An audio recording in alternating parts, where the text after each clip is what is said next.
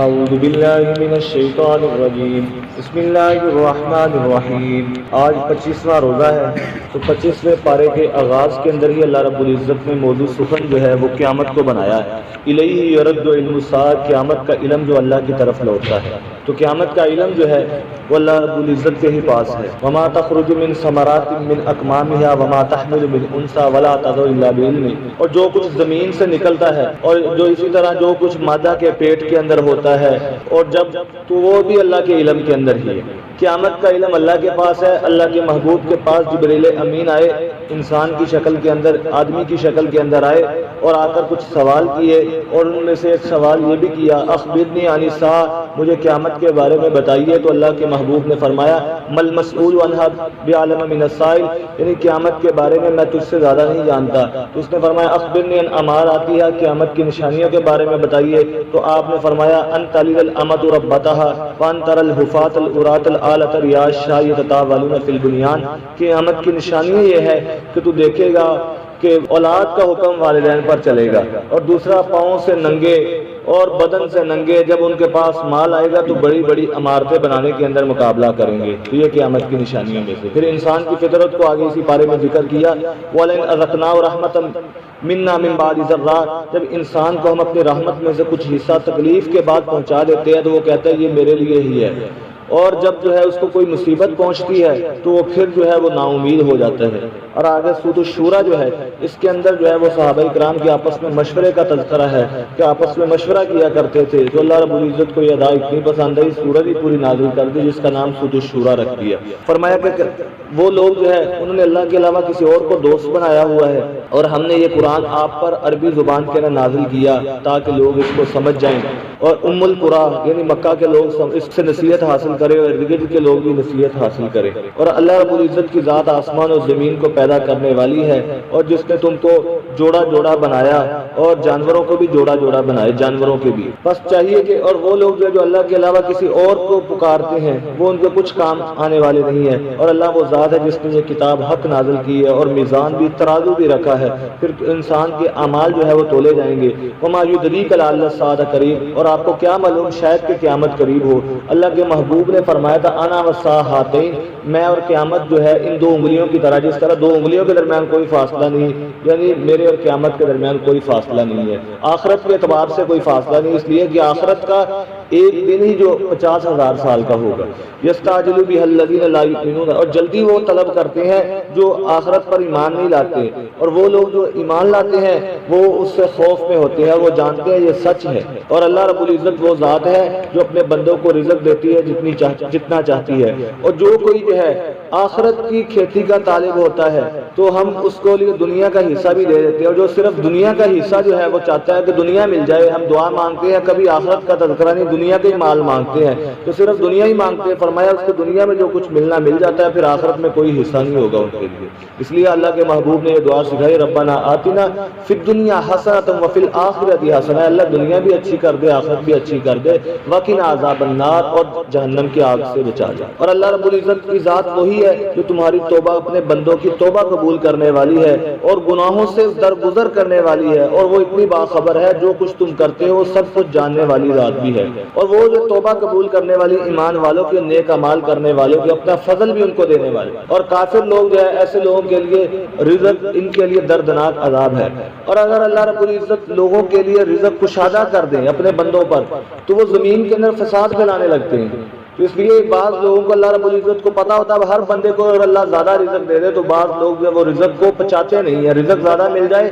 تو وہ پھر جو ہے نافرمانی کے اندر لگ جاتے ہیں۔ اور آگے فرمایا والذین استجابوا، یہی وہ لوگ ہیں جو اپنے رب کو پکارتے ہیں، نماز کو قائم کرتے ہیں، وامرهم شورى بینہم، اور آپس کے اندر ہر کام مشورے کے ساتھ کرتے ہیں، جو ہم نے ان کو مال دیا اس کو خرچ بھی کرتے ہیں، ایسا نہیں صرف جمع ہی کرتے ہیں خرچ نہیں کرتے۔ تو مال کے بارے میں انسان سے دو سوال ہوں گے، ایک تو مال کمایا کہاں سے ہے، گویا مال کے کمائی کے ذرائع بھی حلال ہونے چاہیے۔ آج ہم دین جو ہے وہ صرف مسجد کو سمجھتے ہیں، مسجد کو نماز پڑھ لی یہ دین ہے، ہم کاروبار کو دین سمجھتے نہیں ہیں، کہ اس کے اندر ہم کہتے ہیں اپنی مرضی کریں، جھوٹ بولے، قسم کھائیں، یا جس طرح سودا بیچیں۔ حالانکہ مال کمایا کیسے، وہ بھی پوچھا جائے گا۔ دوسرا پھر جب مال آ گیا لوگ کہتے ہیں کہ اب میں آزاد ہوں، جیسے مرضی خرچ کروں، تو اللہ نے فرمایا نہیں، ان المبذرین کانوا اخوان الشیاطین، فضول خرچی کرنے والے تو شیطان کے بھائی ہیں۔ اگر کسی بندے کو کہہ دو تو شیطان کا بھائی، وہ ناراض ہو جائے گا۔ یا اللہ خود فرما رہے ہیں جو فضول خرچی کرتے، جو مال دیا اس کو غلط کاموں میں خرچ کرتے ہیں، وہ شیطان کے بھائی ہیں۔ اور آگے ہر کام کے اندر مشورہ کیا جائے تو اب اللہ کے محبوب کو ہر بات جو ہے وہ اللہ رب العزت کی طرف سے وحی ہوتی ہے۔ وما ينطق عن الهوى ان هو الا وحی یوحى، جو بھی وحی ہوتی وہ جو ہے فرمایا کہ وہ بیان کر دیتے ہیں، لیکن اس کے باوجود بھی حکم دیا گیا صحابہ سے مشورہ کیجیے، وشاورهم فی الامر، کہ آپ ان سے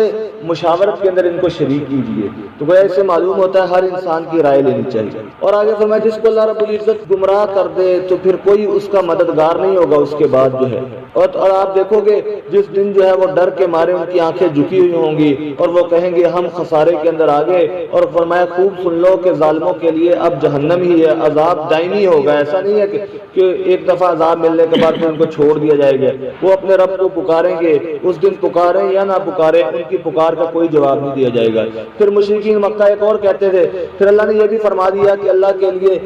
بادشاہت اور آسمان اور زمین کی ہے، جس کو چاہتا ہے بیٹے دیتا ہے، جس کو چاہتا ہے بیٹیاں دیتا ہے، جس کو چاہتا ہے دونوں عطا کرتا ہے، اور جس کو چاہتا ہے کچھ بھی نہیں عطا کرتا۔ یہ اللہ کے علم کے اندر ہے، یہ اللہ رب العزت کو ہی پتا ہے۔ اب اللہ کے محبوب کو بیٹے بھی عطا کیے، لیکن بیٹے دنیا کے اندر بچپن کے اندر ہی وفات پا گئے، تو محبوب کی بھی بیٹیاں، حضرت شعیب علیہ السلام کی بھی بیٹیاں نبی ہیں، لیکن ان کو اللہ رب العزت بیٹیاں عطا کر رہے ہیں۔ تو معلوم ہوا بیٹے بھی اللہ کی طرف سے، بیٹی بھی اللہ کی طرف سے۔ تو اس لیے انسان کا اس کا اندر کوئی جو ہے فرمایا کہ اللہ کی طرف سے ہی ہوتا ہے۔ اور آگے کافر پھر یہ بات بھی یہ کرتے تھے کہ ہم اللہ کے خود بات کریں گے، تو اللہ نے فرمایا کسی انسان کے لیے یہ مناسب ہی نہیں ہے، تو ان کی ایسے ہی فضول بات ہے کہ اللہ ان سے بات کرے۔ کوئی انسان یہ برداشت نہیں کر سکتا کہ دنیا کے اندر آنکھوں سے اپنے اللہ کو دیکھ سکے یا اللہ سے بات کر سکے۔ فرمایا کہ اس کے طریقے کیا ہے، یا تو وحی کے ساتھ ہوتا ہے یا پردے کے پیچھے سے، یا اللہ رب العزت قاسم کو بھیجتے ہیں۔ اور آگے سورۃ الزخرف جو ہے اس کے اندر بھی شروع کے قرآن پاک کو عربی زبان کے اندر نازل کیا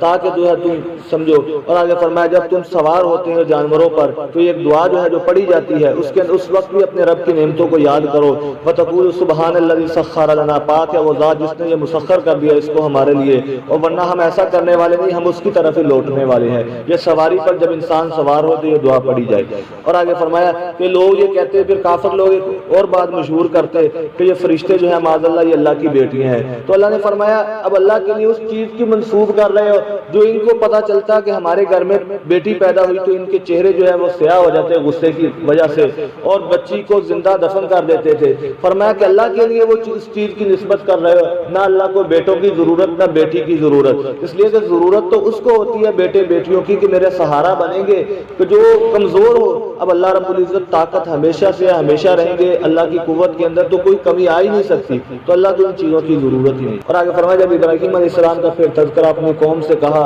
اور تم جو ہے میں بری ہوں جن کی تم عبادت کرتے ہو، اور پھر جو ہے انہوں نے پھر اللہ رب العزت نے ان کو فتح عطا کر دی، ابراہیم کو بچایا، اور پھر قوم جو تھی نہیں مانا تو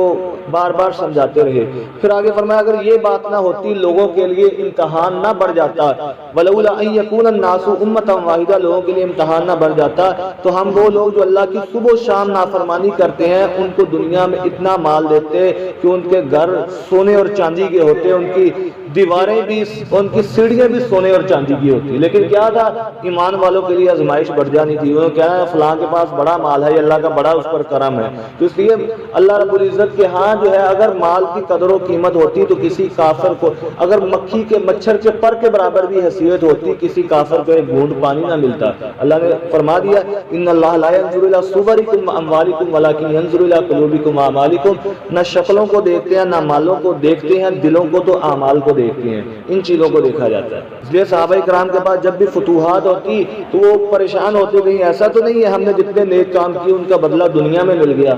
اور آخرت کے اندر جو ہے۔ اس لیے قیامت والے دن ہر انسان سے اس کی نعمتوں کے بارے میں پوچھا جائے گا، اور ایک روایت میں آتا ہے جس سے بڑی تسلی ہو جاتی ہے، جس کو اللہ رب العزت نے رزق کم دیا اور وہ اس پر صابر شاکر رہا، اللہ کے شکوے نہیں کیے لوگوں کے سامنے، تو اللہ رب العزت قیامت والے دن اس کے تھوڑے اعمال پر راضی ہو جائے گا۔ آج ہم دیکھیں کہ ہم مال تو بڑا مانگتے ہیں، اللہ یہ بھی دے دے یہ بھی دے دے، کبھی یہ نہیں سوچا کہ اگر اللہ نے کہہ دیا اعمال بھی زیادہ پیش کر اب تو پھر اس کا کیا جواب۔ پھر آگے اسی صورت کے اندر جو ہے جنتیوں کا تذکرہ کہ وہ لوگ جو یا عبادی میرے جو نیک بندے ہیں لا خوف علیہم، ان پر آج کے دن نہ کوئی خوف ہوگا نہ کوئی غم ہوگا۔ خوف کا تعلق آئندہ چیز پر ہوتا ہے، ان کو کوئی پریشانی، غم کا تعلق گزشتہ پر ہوتا ہے کہ انہوں نے اللہ کو یاد کیا ہوگا، گزشتہ وقت پر بھی ان کو غم نہیں ہوگا۔ فرمایا ان سے کہا جائے گا تم جنت میں داخل ہو جاؤ، تم اور تمہاری بیوییں، اور پھر جو ہے وہاں ان کے لیے فرمایا کہ سونے اور چاندی کے آب خورے ہوں گے، شراب کے بھرے ہوئے، اور حوریں ہوں گی، یہ ساری نعمتیں جو ہے فرمایا یہ ان کو ملیں گی۔ اور جو مجرم لوگ وہ ہمیشہ کے لیے جہنم میں ہوں گے، اور ان کو اس دن نہ تو ان کی کوئی پکار سنے گا نہ ہی ان سے عذاب جو ہے وہ کمی کی جائے گی۔ اور آگے سورۃ الدخان جو ہے، دخان دھوئیں کو کہتے ہیں، اس کے اندر فرمایا انا انزلناہ فی لیلۃ مبارکۃ انا کنا منذرین، کہ ہم نے اس کو لیلہ مبارکہ مبارک رات کے اندر نازل کیا قرآن پاک کو، اس سے لیلۃ القدر کی فضیلت آ گئی، اور اس کو تاکہ لوگ اس سے نصیحت حاصل کریں۔ اور وہ لیلۃ القدر فیہا یفرق کل امر حکیم، کہ جس کے اندر ہر کام کے فیصلے کیے جاتے ہیں، جس کو جتنا رزق دینا اس کا فیصلہ، جس کو جتنی جو ہے فرمایا کہ موت دینی اس کا فیصلہ کیا جاتا ہے۔ اس لیے اس رات کے اندر اللہ رب العزت کی ذات آسمان دنیا پر آ جاتی ہے اور اعلان کرتی ہے کوئی مجھ سے معافی مانگنے والا معاف کر دوں، ہے کوئی مجھ سے رزق مانگنے والا اس کو رزق عطا کر دوں، ہے کوئی جو ہے مجھ سے عافیت مانگنے والا عافیت عطا کر دوں۔ تو اس لیے اس رات کے اندر عبادت کی جائے۔ یہ شب قدر کی جو ہے فضیلت جو ہے 2 راتیں رہتی ہیں، ان راتوں کے اندر زیادہ سے زیادہ جو ہے انسان عبادت کرے، ورنہ سارا سال انسان سوتا ہی رہتا ہے۔ 2 راتوں کے اندر جو ہے جاگ کر جتنی ممکن ہو سکے انسان جو ہے وہ عبادت کرے، اپنے رب کو یاد کرے۔ اور آگے پھر اس کے بعد جو ہے موسیٰ علیہ السلام کا تذکرہ، اب پھر آیا کہ ہم نے بنی اسرائیل کو نجات دی، فرعون جو ہے ان کو عذاب دیا کرتا تھا تو ہم نے بنی اسرائیل کو نجات دی۔ پھر اس کے بعد جو ہے وہ جہنمیوں کا کھانے کا ذکر آ گیا کہ جہنمی ان شجرۃ الزقوم، ان کا کھانا کیا ہوگا، وہ زقوم کا درخت ہوگا، بڑا کڑوا درخت جو ہے، اور دنیا کے اندر بھی فرمایا کہ اگر وہ ہو تو کوئی جانور بھی اس کو نہیں کھاتا، لیکن وہاں جو زقوم کا درخت وہ جہنم کی آگ سے بنا ہوا ہوگا۔ اور پھر جو ہے پانی مانگیں گے تو ان کے لیے پانی بھی کھولتا ہوا گرم پانی اور پیپ ہوگی جو ان کے سروں پر ڈالی جائے گی، اور کہا جائے گا تم چکھو یہی تمہارا، تم کو یہی تمہارا۔ پھر جہاں جو ہے جہنمیوں کا تذکرہ ساتھ ہی جنتیوں کا بھی تذکرہ ہے کہ متقی لوگ اچھے مقام کے اندر ہوں گے اور ایسے باغات میں چشموں کے اندر ہوں گے، اور ان کے لیے وہاں ریشم کے لباس ہوں گے، اور ان سے کہا جائے گا اب تمہیں موت بھی نہیں ہے، اب کبھی موت نہیں آئے گی، اب ہمیشہ ہمیشہ کے لیے رہو۔ دنیا کے اندر انسان جتنا بھی انسان کے پاس مال ہو لیکن پھر بھی ڈر رہتا ہے کہ میں نے مر جانا ہے، یہ سارا کچھ چھوڑ کر جانا ہوگا۔ اور فرمایا کہ وہاں جو ہے اگر جو ہے روایت میں آتا ہے اگر جو ہے اللہ رب العزت اس وقت موت کو موت نہ دے ہوتی تو جنتی لوگ جو ہے جنت کی نعمتیں دیکھ کر ہی خوشی کی وجہ سے ہی مر جاتے، اور جہنمی لوگ عذاب کو دیکھ کر ابھی عذاب چکتے، عذاب کا سن کر عذاب کو دیکھ کر ہی فرمایا کہ وہ مر جاتے۔ اس لیے اللہ رب العزت موت کو موت دے دیں گے، اب جہنمی ہمیشہ جہنم میں اور جنتی جنت کے اندر ہو۔ اور آگے فرمایا کہ بے شک آگے سورۃ الجاثیہ ہے، اس کے اندر بھی یہ کتاب جو ہے یہ ہم نے نازل کی، اب بار بار اس کا تذکرہ ہے۔ اب یہ دیکھو اس لیے اللہ رب العزت بار بار تذکرہ کر رہے ہیں، عربی کا محاورہ ہے اذا کرر تکرر، جو جس بات کا بار بار تذکرہ ہوتا ہے وہ دل کے اندر پختہ ہو جاتی ہے۔ تو اللہ فرماتے ہیں یہ ہم نے صرف محض قصے کہانیاں نہیں ہیں، یہ عبرت کی چیزیں ہیں۔ تم سے پہلے لوگوں کو اتنا اللہ نے مال دیا تجارت کے اعتبار سے، آج جو اگر تم کہتے ہو کہ ہمیں فرصت نہیں کاروبار سے تو وہ بھی کاروبار کرتے ہیں، تم چاہتے ہو کہ ہمیں فرصت نہیں ہے کہ ہمیں کھیتی سے، وہ بھی کھیتیاں کیا کرتے تھے، تم سے زیادہ کھیتیاں کیا کرتے تھے، لیکن وہاں ان کی نہ کھیتی کام آئی جب اللہ کا عذاب آیا۔ اور آگے فرمایا کہ وہی ذات ہے جس نے تمہارے لیے مسخر کر دیا سمندروں کو، تم اس کے اندر کشتیوں کو چلاتے ہو۔ اب دیکھو پانی کے اندر کشتی وہ چلتی ہے، اب کشتی کو کس نے روکا ہوا ہے؟ وہ اللہ رب العزت نے روکا ہوا ہے۔ اب فضا کے اندر پرندے اڑتے ہیں، یہ جہاز اڑتے ہیں، ان کو کس نے روکا ہوا؟ اللہ رب العزت نے روکا ہوا ہے۔ اور آگے فرمایا من عمل صالحا فلنفسه ومن اساء عليها، جو کوئی نیک عمل کرے گا اس کا بدلہ اسی کو ملے گا، اور جو کوئی برائی کرے گا اس کا وبال بھی اسی پر ہوگا۔ ایسا نہیں کہ برائی ایک کرے اور اس کا برائی کا دوسرے کو بھی وبال ہو۔ ثم الى ربكم ترجعون، تم اپنے رب کی طرف ضرور جو ہے لوٹائے جاؤ گے۔ اور ہم نے بنی اسرائیل کو کتاب بھی عطا کی